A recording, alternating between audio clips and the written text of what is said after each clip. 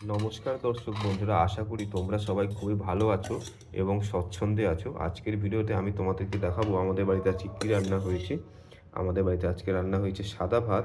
এই কমলা অরেঞ্জ কালারের মেলামাইনের প্লেটে প্রথমে সাদা ভাত নিয়ে নিলাম, আর বেশি ভাত দিও না, এইটুকুতে হয়ে যাবে। সাদা ভাতের সঙ্গে আজকে আমাদের বাড়িতে তৈরি হয়েছে সবজি সিদ্ধ। এই সবজি সিদ্ধের মধ্যে সজনে ডাঁটা এবং লাউ, কুমড়ো, বিনস এসব রয়েছে। এগুলো সিদ্ধ করা হয়েছে, এতে কোনো রকম এক্সট্রা তেল মশলা নেই, জাস্ট জলের মধ্যে সিদ্ধ করা হয়েছে। সবজি সিদ্ধটাও চলে আসলো।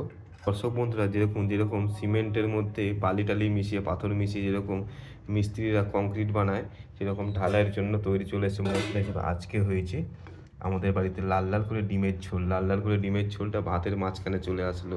এবার এটা মিশিয়ে দিলেই ঢালাইয়ের জন্য প্রস্তুত হয়ে যাবে, কিন্তু পুরো একদম ঢালাই মশলার মতন করে ডিমের ঝোল এবং 2 পিস আলু দিয়ে দেওয়া হলো। এইগুলো রান্না হয়েছে আমাদের বাড়িতে আজকে। আপনাদের বাড়িতে কী রান্না হয়েছে সেটাও কিন্তু কমেন্ট করে জানাতে ভুলবেন না। ধন্যবাদ বন্ধুরা এতক্ষণ ধরে ভিডিওটি দেখার জন্য।